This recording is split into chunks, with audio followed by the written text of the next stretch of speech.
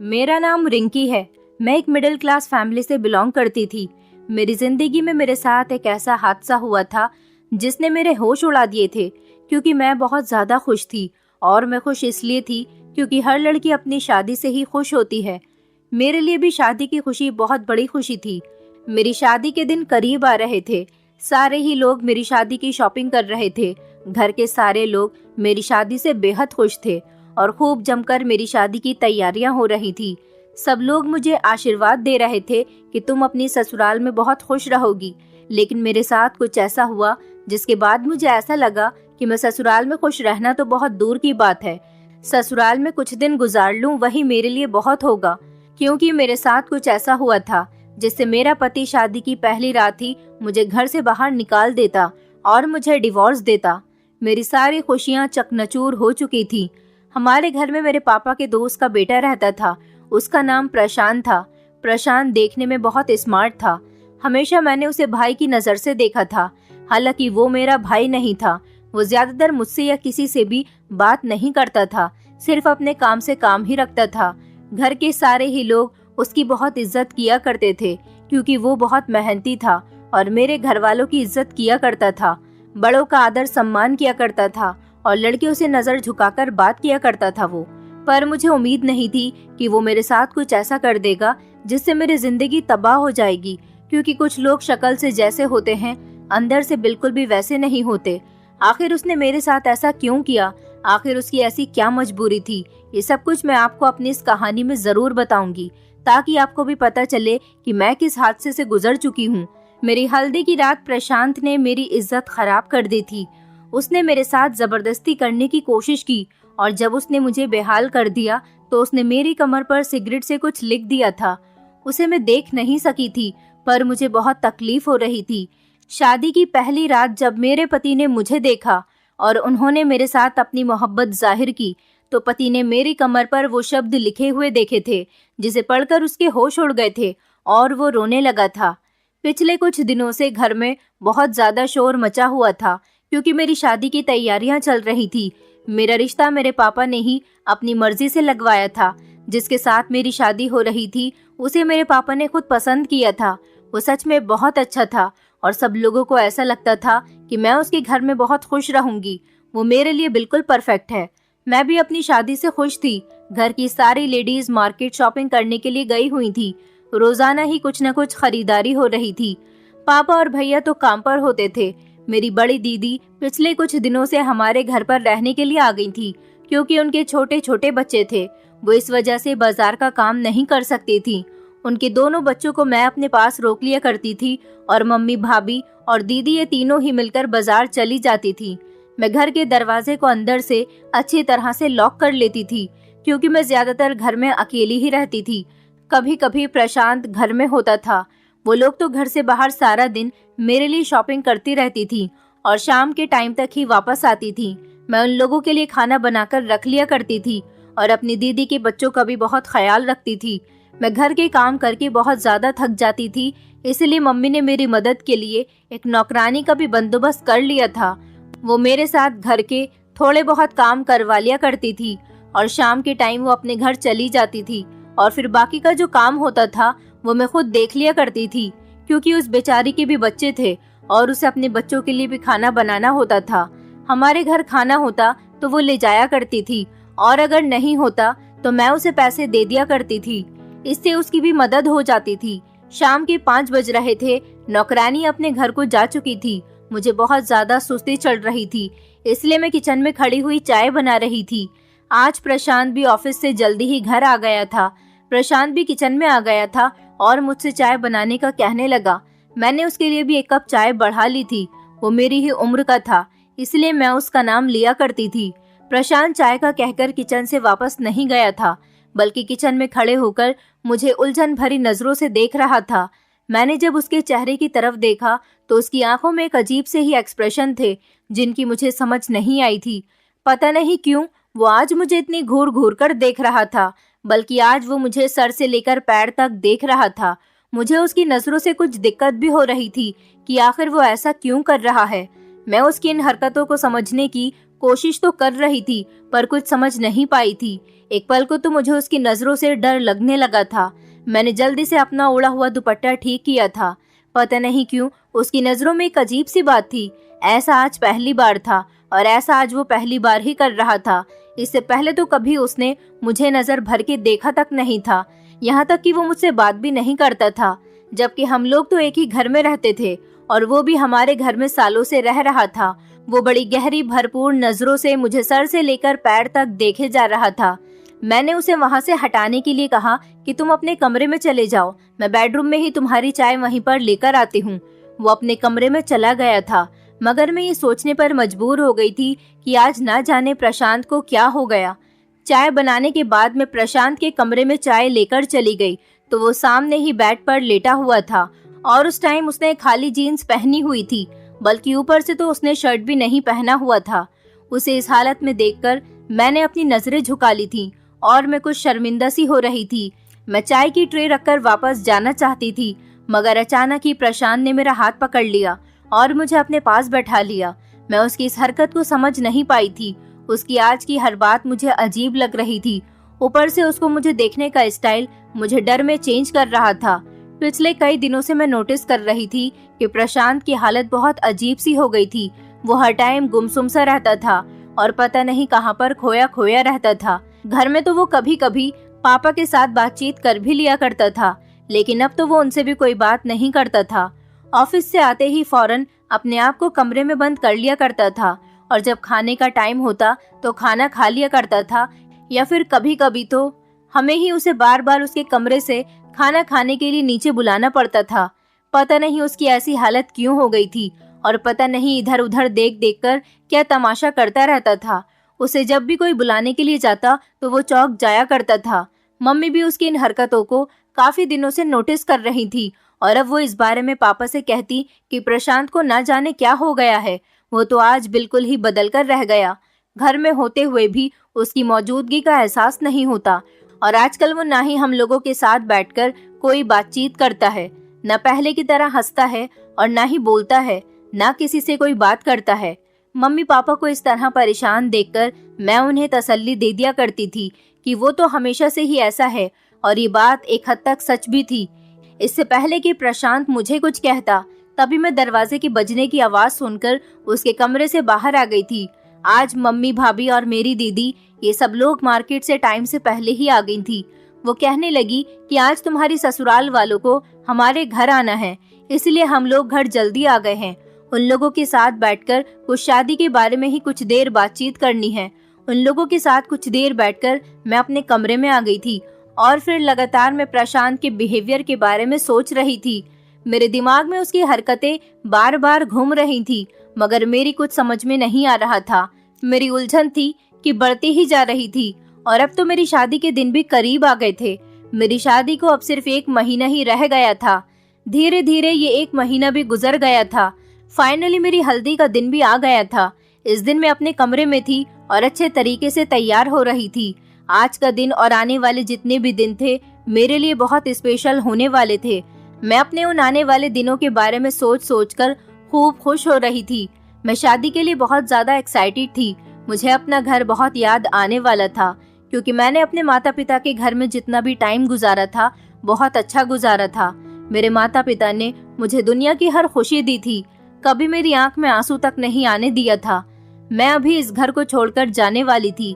अभी मैं अपनी इसी परेशानी में गुम थी और साथ ही साथ ये भी सोच रही थी कि न जाने ससुराल जाने के बाद ससुराल वालों का बिहेवियर मेरे साथ कैसा होने वाला है, क्योंकि शादी से पहले तो सब अच्छे होते हैं और शादी के बाद ही पता चलता है कि कौन कैसा है। मेरा होने वाला पति न जाने मेरे साथ किस तरह से पेश आएगा। तभी मेरी माँ ने कहा कि वो लोग थोड़ी देर में हल्दी की रस्म करने के लिए आ रहे हैं। हम लोगों को तैयार होकर हॉल में जाना था, क्योंकि हल्दी का फंक्शन हॉल में था। मेरे और मेरे होने वाले पति, हम दोनों की ही हल्दी लगने वाली थी। मुझे आज सुबह से ही बुखार आ रहा था और मेरी तबीयत कुछ ठीक नहीं थी, क्योंकि सर्दियों के दिन चल रहे थे और ज्यादा पानी में हाथ होने की वजह से मुझे ठंड लग गई थी। इसीलिए मुझे बुखार हो गया था और जुकाम भी हो रहा था। हम सब लोग एक साथ हॉल में चले गए थे। वहां पर मैं और मेरे होने वाले पति, हम दोनों की ही हल्दी लगाई गई थी। सब लोग बहुत खुश थे और हम सब ने मिलकर काफी सारी फोटोज क्लिक की थी। मेरे होने वाले पति का नाम अनुराग था। अनुराग देखने में बहुत हैंडसम था और पढ़ा लिखा लड़का था। अनुराग मुझे देखकर बहुत खुश हो रहा था। मैं भी उसे देख देख कर शर्मा रही थी क्योंकि मैं उसे नजरें नहीं मिला पा रही थी। आज के दिन मैं बहुत ज्यादा खुश थी, लेकिन अचानक मेरे सर में बहुत तेज दर्द होने लगा था। मेरी तबीयत कुछ ठीक नहीं लग रही थी। अभी सारे मेहमान हॉल में ही मौजूद थे। हम लोगों ने हॉल इसीलिए किया था क्योंकि ज्यादातर हमारे मेहमान दूसरे शहरों के थे और हमारा घर छोटा था, इसलिए सारे मेहमान हमारे घर में नहीं आ सकते थे। माँ ने जब मेरी तबीयत पूछी तो मुझे बहुत तेज बुखार था और माँ ने मुझे प्रशांत के साथ फिर गाड़ी में घर भिजवा दिया था क्योंकि हॉल में तो मुझे आराम नहीं मिल सकता था। माँ ने कहा कि तुम घर जाकर आराम से सो जाना क्योंकि तुम्हारी शादी है और इस स्पेशल मौके पर तुम्हारी तबीयत खराब होना ठीक नहीं है। माँ ने प्रशांत को कहा था कि तुम रिंकी को छोड़कर वापस आ जाना। प्रशांत मुझे गाड़ी में बिठाकर घर छोड़ने के लिए आ गया था। मैं देख रही थी कि उसकी नजरें बार बार मुझ पर ही थी। वो शीशी से पीछे की तरफ मुझे देख रहा था। थोड़ी ही देर गुजरी थी कि घर आ गया। प्रशांत भी मेरे साथ घर के अंदर आ गया था। मुझे लगा कि शायद उसका कोई सामान रह गया होगा, लेकिन उसने तो घर के अंदर घुसते ही घर का दरवाजा बंद कर दिया था। मैं कुछ समझ नहीं पाई थी। मैं तो सीधा अपने कमरे में चली गई थी क्योंकि मेरे सर में बहुत तेज दर्द हो रहा था और मैं बुखार से जल रही थी। मुझे अभी दवाई भी खानी थी। प्रशांत और मैं इस घर में अकेले थे। घर में हम दोनों के अलावा कोई भी मौजूद नहीं था और मैं इस टाइम अपने कमरे में खड़ी हुई अपनी दवाई ढूंढ रही थी जो मुझे मिल ही नहीं रही थी। फिर मुझे दवाई मिल गई। दवाई मैंने अपने ही तकिए के नीचे रख ली थी और फिर मैं खुद ही भूल गई थी। दवाई खाने के बाद मैंने कपड़े चेंज कर लिए थे और मैं बैठकर सोच रही थी कि लड़कियों की भी क्या जिंदगी होती है। यही तो वो आंगन था जहाँ पर मैं खेल कूद कर बड़ी हुई थी और अब मैं हमेशा हमेशा के लिए यहाँ से जा रही थी। ये सोचकर ही मैं सैड हो गई थी। तभी अचानक मुझे कमरे में किसी की आहट महसूस हुई थी। जब मैंने दरवाजे की तरफ नजर घुमाकर देखा तो वहाँ पर प्रशांत खड़ा हुआ था, मगर आज ये वो प्रशांत नहीं था जिसे मैं जानती थी। उसकी आंखों में जुनून था और अजीब सा रंग सवार था। इससे पहले कि मैं उससे कुछ कहती या फिर संभलती, उसने तभी अचानक दौड़कर मुझे अपनी गिरफ्त में जकड़ लिया था और फिर उसके बाद उसने मुझे बेड पर धक्का दे दिया। मैं उसे बार बार कह रही थी कि तुम क्या कर रहे हो, छोड़ो मुझे, मैं तुम्हारी शिकायत मम्मी पापा से कर दूंगी। पर उसे तो जैसे मेरी किसी बात का असर ही नहीं हो रहा था। ऐसा लग रहा था जैसे उसके कानों में मेरी आवाज जा ही नहीं रही है। मैं खुद को उससे छुड़ाने की बहुत कोशिश कर रही थी, मगर एक तो मेरी तबीयत ठीक नहीं थी और फिर वो मर्द था। मर्द तो वैसे भी काफी मजबूत होते हैं और औरत हर बार उनके सामने कमजोर पड़ जाती है। ये सब कुछ मेरे लिए यकीन करने लायक नहीं था। मुझे कुछ समझ नहीं आ रहा था कि ये सब क्या हो रहा है। मैं चीख रही थी, चिल्ला रही थी, मगर मेरे चीखने चिल्लाने का कोई फायदा नहीं था क्योंकि इस घर में हम दोनों के अलावा कोई नहीं था जो मेरी मदद कर सकता। ये हादसा मेरे लिए मर जाने काबिल था। मेरे होश और हवास ने मेरा साथ छोड़ दिया था। मैं कुछ नहीं कर सकती थी। मैं बुरी तरह से रो रही थी। फिर इसी तरह से चीखते चिल्लाते हुए मैं अचानक से बेहोश हो गई और फिर जब मैं होश में आई तो प्रशांत मेरी कमर पर ना जाने क्या लिख रहा था। मैं कुछ भी नहीं जान पाई थी। मैं बिल्कुल खामोश होकर रह गई थी। वो जलती हुई सिगरेट से मेरी कमर पर कुछ लिख रहा था। मेरी कमर तकलीफ से चूर हो रही थी क्योंकि जलता हुआ सिगरेट मेरे बदन पर चलता हुआ महसूस हो रहा था और मेरी कमर की खाल जल रही थी। शायद खून भी बह रहा था, मगर मैं कुछ नहीं कर सकती थी क्योंकि मेरा शरीर कोई भी हरकत करने के काबिल नहीं रहा था। अब मुझे ऐसा लग रहा था जैसे किसी ने मेरे शरीर के अंदर से जान निकाल ली है। मैं बिल्कुल बेजान थी। मैं कभी सोच भी नहीं सकती थी कि प्रशांत मेरे साथ ऐसा भी कर सकता है।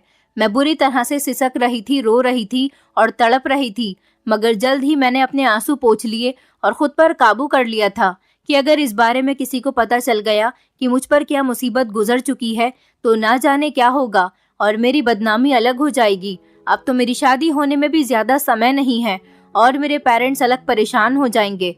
मैंने खुद को बड़ी मुश्किल से संभाला था और बिस्तर पर जब मैं लेटी तो मेरी कमर में बहुत दर्द हो रहा था। तभी बाहर सब लोगों के बोलने की आवाज आ रही थी। प्रशांत तो मेरे कमरे से जा चुका था। शायद सब लोग घर वापस आ गए थे। मैंने जल्दी से अपने आंसू पोंछकर अपने आप को नॉर्मल किया। थोड़ी देर के बाद मम्मी और दीदी मेरे कमरे में आ गई थी। जब मम्मी ने मेरा चेहरा देखा तो वो हैरान रह गईं और बिना कही ही समझ गईं कि मुझे कोई परेशानी है। उन्हें ये भी लगा था कि मेरी तबीयत खराब है, मेरी हालत इस वजह से ऐसी हो रही थी। उन्होंने मेरा चेहरा अपने हाथों में थाम लिया और कहा कि क्या बात है, क्या तुम्हारी तबीयत ज्यादा ही खराब हो रही है? तुम क्यों इतनी उदास लग रही हो? अगर ऐसा ही है तो कल हम तुम्हें किसी और डॉक्टर को दिखा देते हैं, जिसकी दवाई से तुम्हारी तबीयत जल्दी ठीक हो जाए। मैंने बहुत मुश्किल से अपने आंसू पोंछे थे और मम्मी से कहा कि कुछ नहीं, मैं बिल्कुल ठीक हूँ। मैंने दवाई खा ली है और मेरी तबीयत भी ठीक नहीं है, बस आपको ऐसा ही लग रहा है। तभी मम्मी ने मुझे गले से लगा लिया और कहने लगी, अगर तुम आने वाले समय की वजह से परेशान हो तो फिक्र मत करो, हर लड़की के लिए वक्त जरूर आता है। तुम टेंशन मत लो, सब कुछ ठीक हो जाएगा। तुम अपने दिमाग पर किसी तरह की टेंशन सवार मत करो। वो मुझे और भी कई तरह की तसल्लियां देकर गई थी, लेकिन मेरा दिमाग तो कहीं और ही उलझा हुआ था। मैं अपनी शादी को लेकर जितना एक्साइटेड और खुश थी, मेरी सारी खुशियां और एक्साइटमेंट तो पूरी तरह से खत्म ही हो गई थी। मैं दिल ही दिल में अपनी मम्मी से कहने लगी, मम्मी आपको नहीं पता कि मेरे दिल पर क्या गुजर रही है। मेरी जिंदगी कितनी बड़ी मुश्किल का शिकार हो गई है। अगर आपको अपनी बेटी की तकलीफ के बारे में पता चले तो शायद आपका दिल धड़कना भूल जाए कि आपकी बेटी के साथ आपके ही घर में कितना बड़ा जुल्म हो चुका है। तभी मम्मी मुझे सोने का कहकर वहाँ से उठकर चली गई और साथ ही साथ दीदी भी चली गई थी। मैं जानती थी कि वो बहुत ज्यादा परेशान हो जाएंगी और अकेले में बैठकर रोएंगी, क्योंकि वो किसी के सामने रोती नहीं थी और ना ही किसी के सामने कमजोर पड़ती थी, और मेरे सामने तो बिल्कुल भी कमजोर नहीं पड़ना चाहती थी। वो जानती थी कि अगर वो भी कमजोर पड़ गई तो उनकी बेटी को संभालना बहुत मुश्किल हो जाएगा, क्योंकि मैं अपने घर में सबसे छोटी थी। इसीलिए मम्मी पापा मुझे ज्यादा प्यार किया करते थे। अगले दिन मुझे हमेशा हमेशा के लिए यहाँ से विदा होकर अपने ससुराल चले जाना था। कल तक मेरी फीलिंग्स बिल्कुल अलग हो चुकी थी। मैं आने वाले वक्त के ख्यालों में खोई हुई थी, मगर अब मुझे बार बार डर महसूस हो रहा था। मुझे डर लग रहा था कि ना जाने अब क्या होगा। अगर ये सब कुछ मेरे पति को पता चल गया तो पक्का वो मुझे शादी की पहली रात ही डाइवोर्स देकर घर से बाहर निकाल देगा, क्योंकि उसे तो ऐसा लगता था जैसे मैं कुंवारी हूँ। लेकिन उसे क्या पता कि मेरी इज्जत तो किसी के हाथों खराब हो चुकी है। मैं डरते डरते दिल में कई तरह के ख्याल पैदा कर रही थी। शादी का दिन भी आ गया था। सब लोग बहुत खुश थे और सबके खुश चेहरे देखकर मेरी आंखों में बार बार आंसू आ रहे थे। जब मेरी फैमिली के लोगों ने देखा कि मेरी आंखों में बार बार आंसू आ रहे हैं तो उन्हें इसका मतलब ये लगा कि ऐसा इसीलिए हो रहा है कि मैं इस घर को जो छोड़कर जा रही हूँ। पर कोई भी मेरे दिल के हाल को नहीं जानता था। मैं जब भी प्रशांत को देखती तो मुझे उससे नफरत हो रही थी। मन कर रहा था कि मैं उसको जान से मार दूं। उसने मेरी जिंदगी खराब कर दी है। आखिर उसे ऐसा करके क्या मिला? मेरी शादी की सारी रस्में हो चुकी थी, पर मैं एक भी रस्म से खुश नहीं थी। मैं तो बिल्कुल बेजान हो रही थी। ऐसा लग रहा था जैसे मैं कोई रोबोट हूँ और सब लोग मुझे अपने तरीके से चला रहे हैं। जो जैसा कहता मैं वैसा वैसा करती रही और इसी तरह से मैं विदा होकर अपनी ससुराल आ गई। जब मैंने ससुराल आने के बाद अपने पति के हंसते मुस्कुराते चेहरे की तरफ देखा तो मैंने कई बार अपनी आंखों से आंसू साफ कर लिए थे और उनको रोकने की पूरी कोशिश की थी। अगर उसे पता चल जाता कि उसकी पत्नी के साथ क्या बीत चुकी है तो शायद वो इस तरह से हंस नहीं रहा होता, बल्कि धुतकार कर मुझे अपनी जिंदगी से निकाल चुका होता। और फिर मुझे मेरी जेठानी ने मेरे कमरे में पहुंचा दिया था। मैं धड़कते हुए दिल के साथ आने वाले पल का इंतजार कर रही थी। मुझे बहुत डर लग रहा था कि अगर मेरे पति को पता चल गया तो पता नहीं क्या होगा। तभी वो कमरे में आया और मेरा हाथ पकड़कर मेरी खूबसूरती की तारीफें करने लगा और कभी इधर उधर की छोटी छोटी बातें करने लगा। मेरी पसंद नापसंद के बारे में पूछने लगा। वो अपने बारे में भी मुझे बता रहा था, लेकिन मैं तो कुछ बोल ही नहीं पा रही थी। मेरे दिमाग में तो सिर्फ डर ही बैठा हुआ था। और फिर धीरे धीरे रात गुजरती चली जा रही थी। फिर जब उसने मुझसे अपना हक लेने के लिए मेरी कमर से मेरे कपड़े हटाए तो वही हुआ जिसकी मुझे उम्मीद थी। मेरे पति ने मेरी कमर के वो निशान देख लिए थे जो प्रशांत ने सिगरेट से मेरी कमर पर लिख दिए थे। लेकिन फिर उसके बाद मैं छोटी सी थी जब मेरे पापा प्रशांत का हाथ पकड़कर हमारे घर में आए थे और मम्मी से कहने लगे कि आज के बाद ये मेरा बेटा है और इसको इसी घर में वही वैल्यू दी जाएगी जो मेरे बेटे को दी जाती है। मम्मी भी उनकी इस बात से खुश हो गई थी, क्योंकि हम 2 बहनें थे और मेरे एक ही भैया थे। मम्मी को लगा कि इस तरह से उनके 2 बेटे हो जाएंगे। मुझसे भी पापा ने कहा कि आज से तुम्हारे भाइयों की तरह है। मैंने उसका हाथ पकड़ लिया। वो उम्र में मेरे ही साथ का था और फिर हम दोनों में दोस्ती हो गई। उस समय प्रशांत और मेरी उम्र 12 साल थी और हम दोनों एक साथ ही खेल कूद कर बड़े हुए थे। वो मुझ पर मेरे बड़े भैया की तरह रौब जमाता था। मुझे कभी इस बात का एहसास नहीं हुआ था कि वो मेरे पिता के दोस्त का बेटा है। मैं उसे हमेशा अपनी फैमिली का मेंबर ही मानती थी। दरअसल प्रशांत के माता पिता एक कार एक्सीडेंट में मर चुके थे। उसके बाद प्रशांत अकेला रह गया था। पहले काफी दिनों तक तो वो अपने दादा के पास रहा था। उसके दादा भी काफी बूढ़े हो चुके थे और वो बीमार रहने लगे थे। वो उसका ख्याल भी नहीं रख पा रहे थे। प्रशांत के पापा और मेरे पापा आपस में बहुत पक्के दोस्त थे, इसलिए मेरे पापा हर हफ्ते प्रशांत के पास जाते थे तो उसके दादा कहते थे कि बेटा, मैं बूढ़ा हो चुका हूँ और मुझे हमेशा अपने पोते की फिक्र लगी रहती है। मेरे बेटे और बहू तो इस दुनिया से जा चुके हैं, अगर मैं भी इस दुनिया से चला गया तो इस बेचारे का क्या होगा। जब प्रशांत के दादाजी ने रोते हुए भी ये बात मेरे पापा से कही तो पापा के दिल में प्रशांत के लिए रहम जाग उठा था। वैसे भी मेरे पापा को प्रशांत बचपन से ही बहुत ज्यादा पसंद था और जब उसके पेरेंट्स इस दुनिया से गए थे तब वो उसे हमारे घर पर ही लाना चाहते थे, मगर उन्होंने उसके दादाजी की वजह से उसे उसके घर पे ही रहने दिया था। और अब जब उसके दादाजी ने ही मेरे पापा को रो रो कर ये बात कही तो मेरे पापा ने प्रशांत के दादाजी से कहा था कि आपको अपने पोते की फिक्र करने की जरूरत नहीं है, इसे मैं अपना बेटा बनाकर रखूंगा। ये मेरे दोस्त का बेटा जरूर है, मगर मैं इसे हमेशा इसके पिता के जैसा प्यार दूंगा। आपको इसकी चिंता करने की जरूरत नहीं है, मैं इसका ख्याल रखूंगा, इसे कोई तकलीफ नहीं होने दूंगा। कभी कभी प्रशांत अपने दादाजी से मिलने के लिए चला जाता था, लेकिन फिर एक दिन उसके दादा भी इस दुनिया को छोड़कर चले गए और प्रशांत पूरी तरह से अकेला हो गया था। प्रशांत को पापा हमारे घर ले आए थे। अपने दादा की मौत पर वो बहुत ज्यादा खामोश रहने लगा था, क्योंकि उसके सारे ही अपने इस दुनिया से जा चुके थे। वो हमेशा उदास रहता था और खोया खोया सा रहता था। ऐसा लग रहा था कि जैसे उसने अपने माता पिता और दादा को खो दिया है, तो जैसे उसे जिंदगी से कोई दिलचस्पी खत्म होकर रह गई। जैसे जैसे वक्त गुजरता जा रहा था उसकी पर्सनैलिटी बदलती चली जा रही थी। पापा उसे सबके साथ घुलने मिलने के लिए कहते तो वो अपना दिल बहलाने की कोशिश कर लिया करता था। उसे हमारे घर में किसी तरह की कोई परेशानी नहीं थी। पापा ने उसको बिल्कुल अपना बेटा बनाकर रखा था, मगर प्रशांत को तो कोई भी चीज खुश नहीं करती थी। वो पढ़ाई लिखाई में भी बहुत अच्छा था और प्रशांत अब जॉब पर लग गया था। इतनी कामयाबी पर भी उसका दिल खुश नहीं रहता था। जब प्रशांत अपनी महीने की सैलरी मेरी मम्मी को लाकर देता था तो मम्मी ने उससे इनकार कर दिया था। मम्मी ने कहा था कि तुम इसे खुद पर खर्चा करो, ये तुम्हारी मेहनत की कमाई है। तब पहली बार मैंने प्रशांत को इमोशनल होते हुए देखा था।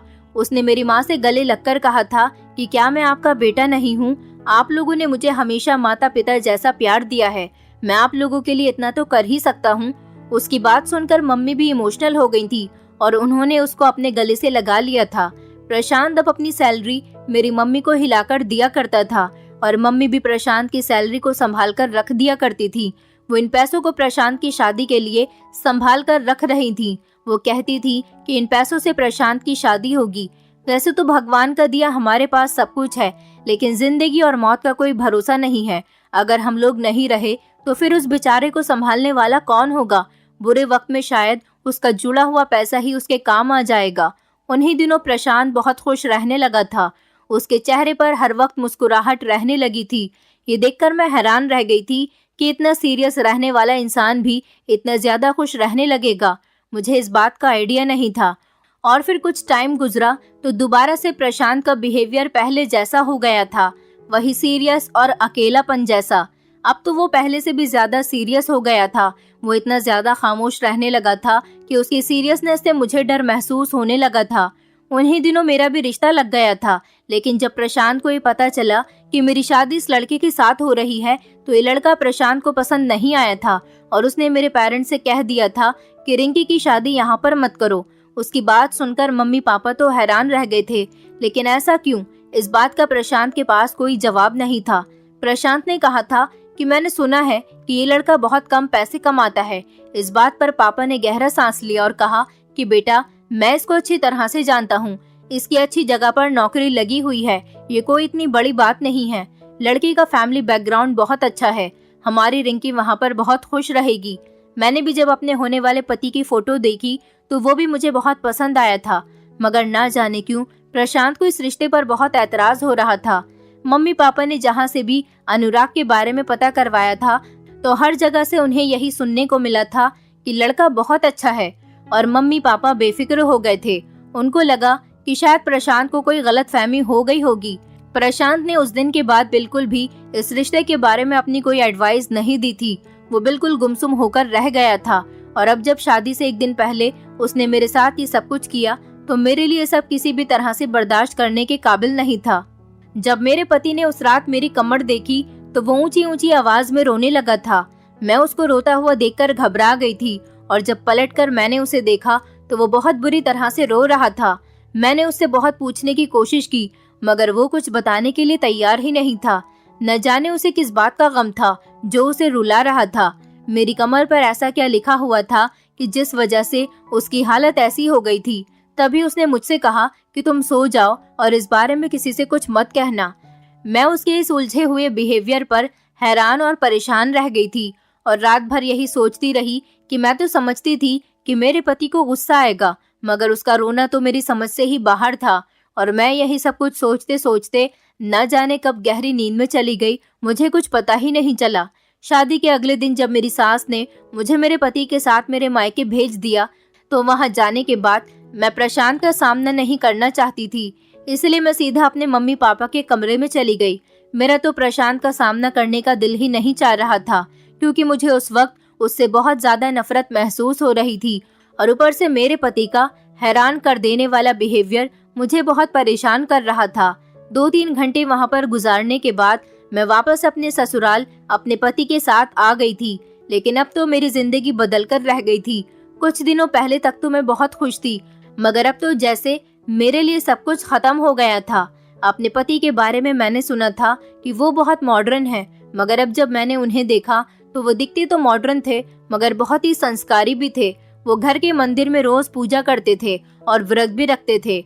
वो रोज रात को उठकर मंदिर में बैठकर भगवान के आगे हाथ जोड़कर रो रो कर भगवान से प्रार्थना करता था, और पता नहीं किस गलती की माफी मांग रहा होता था कि उसके हाथ जुड़े हुए होते और उसकी आंखों से लगातार आंसू निकल रहे होते थे। मैं ये सब देखकर बहुत हैरान और परेशान होती थी। न जाने उसे ऐसी कौन सी प्रॉब्लम थी कि उसका रोना ही कम नहीं होता था। जब भी वो मुझे देखता था तो प्यार से मेरे बालों को सहलाता था, क्योंकि उसकी आंखों में मेरे लिए इतनी ज्यादा इज्जत होती थी, जिसे देखकर मैं नजरें चुराने लगती और सोचने लग जाती कि अगर उसे सच पता चल गया तो ना जाने वो मेरे साथ क्या करेगा। उस दिन मैं सो रही थी जब एक अजीब सी आवाज सुनकर मेरी आंख खुल गई। वो मेरे पति के रोने की आवाज थी। वो ऊंची ऊंची आवाज में रो रहा था, भगवान से अपनी गलतियों की माफी मांग रहा था। मैं ये सब देखकर उठकर बैठ गई थी। न जाने उन्हें ऐसी कौन सी परेशानी थी जिसकी वजह से वो इतना बेचैन रहता था। उन्होंने जब मुझे जागता हुआ देखा तो वो हैरान रह गए थे, और फिर मेरे पास आकर बैठ गए और कहने लगे कि क्या बात है, तुम अभी तक जाग रही हो, और मेरे सामने बिल्कुल नॉर्मल बिहेव कर रहे थे।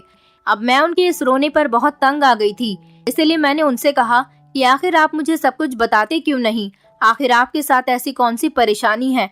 और आप हमारी सुहागरात को भी मुझे देखकर रोने लगे थे, और आप अभी भी रातों को उठ उठ कर रोते हो। आखिर इस सब की क्या वजह है? उनके चेहरे पर अजीब से रंग फैल गए थे। वो मुझसे कहने लगे कि ये कैसी बात है जिसे सुनकर शायद तुम बर्दाश्त ना कर सको, मगर अब तो मैं इस बात को जानना ही चाहती थी।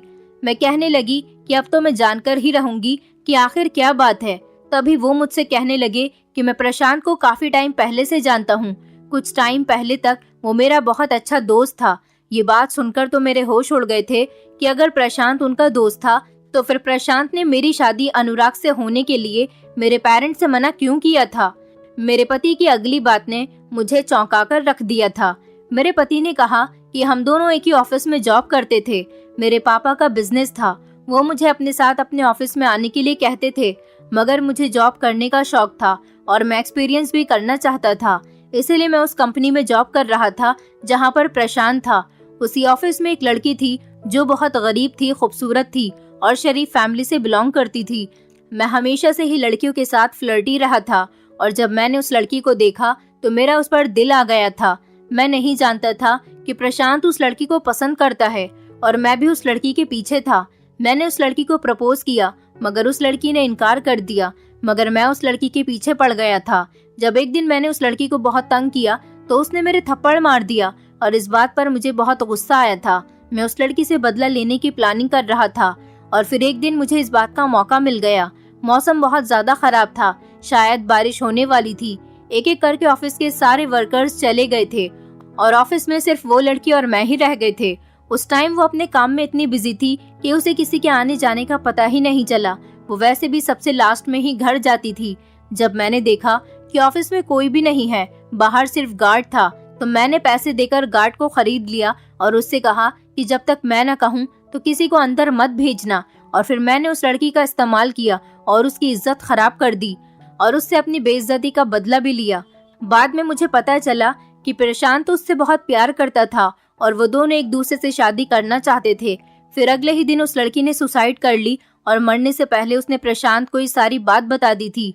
उस दिन प्रशांत ने तुम्हारी कमर पर लिखा था कि दिल तो मेरा चाह रहा है कि मैं तुमसे भी तुम्हारी खुशियों को उसी तरह से छीन लूं जिस तरह तुमने मेरी खुशियां मुझसे छीन ली थी। मगर क्या करूं, ये मेरे लिए मेरी बहनों की तरह है और इसके घर वाले मुझ पर बहुत भरोसा करते हैं। मैं अपनी बहन के साथ कुछ गलत नहीं कर सकता। अपने पति के मुंह से ये बात सुनकर मेरा मुंह खुला का खुला रह गया था। इतने टाइम से मैं समझ रही थी कि प्रशांत ने मेरी इज्जत खराब कर दी है। इसका मतलब ये था कि मुझे गलतफहमी हुई थी और मैं बिल्कुल पवित्र थी। मगर मुझे अपने पति से बहुत बड़ी शिकायत थी कि उन्होंने एक लड़की के साथ ऐसा क्यों किया। जब मैंने उनसे अपनी शिकायत रखी तो वो फिर से रोने लगे थे। कहने लगे कि मैं भगवान से रो रो कर प्रार्थना मांगता हूँ। मुझसे नासमझी में बहुत बड़ी गलती हो गई थी। ये मेरे लिए एक ऐसा पछतावा है जो शायद सारी जिंदगी मेरे साथ रहेगा और मैं अपनी उस गलती पर बहुत शर्मिंदा हूँ। तुम मुझे माफ कर दो। मैं वादा करता हूँ कि आज के बाद ऐसा कुछ भी नहीं करूँगा। उनकी बात सुनकर मैं भी रो पड़ी थी। अब जो होना था वो तो हो चुका था और अब और क्या हो सकता था। मेरे दिल से ये गलतफहमी दूर हो गई थी कि प्रशांत ने मेरे साथ कुछ गलत नहीं किया था, बल्कि वो तो मुझे अपनी बहन ही मानता था, जबकि उसने मौका होने के बावजूद भी मुझे छोड़ दिया था। और ये उसका एहसान था कि उसने मेरे पति से इतना सब कुछ होने के बावजूद भी बदला नहीं लिया था।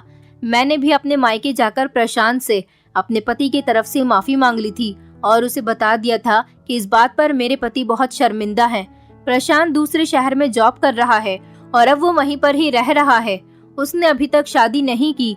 वो दूसरे शहर में शिफ्ट इसलिए हो गया क्योंकि उसे पता है जब मैं अपने मायके जाऊंगी तो मेरा पति भी वहां जाएगा और उसे मेरे पति को देखकर वो याद आ जाएगा जो उसके लिए बहुत ज्यादा तकलीफ दे था। वो मेरे पति का सामना नहीं करना चाहता था और ना ही मेरा पति प्रशांत का सामना करने के काबिल रहा था। मेरी जिंदगी अपने पति के साथ अच्छी गुजर रही है, पर मेरे पति ने जो कुछ प्रशांत के और उस लड़की के साथ किया, आज भी मुझे उस पर बहुत अफसोस है। दोस्तों, उम्मीद करती हूँ आपको हमारी कहानी पसंद आई होगी। कहानी पसंद आई है तो वीडियो को लाइक करें, चैनल पर नए हैं तो चैनल को सब्सक्राइब करें और हाँ, नोटिफिकेशन बेल को जरूर दबाएं ताकि अगली अपडेट सबसे पहले आपको मिले।